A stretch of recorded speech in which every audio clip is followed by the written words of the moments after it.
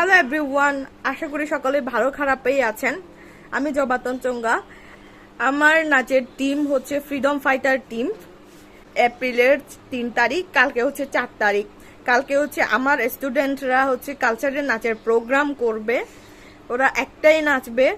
তো আপনারা সকলে হচ্ছে যাবেন, ওদের নাচটা দেখবেন। আমি হয়তো থাকবো না, কিন্তু উৎসাহটা হচ্ছে যে আপনাদের থেকে দরকার। আপনারা অবশ্যই গিয়ে তাদেরকে উৎসাহ দিবেন।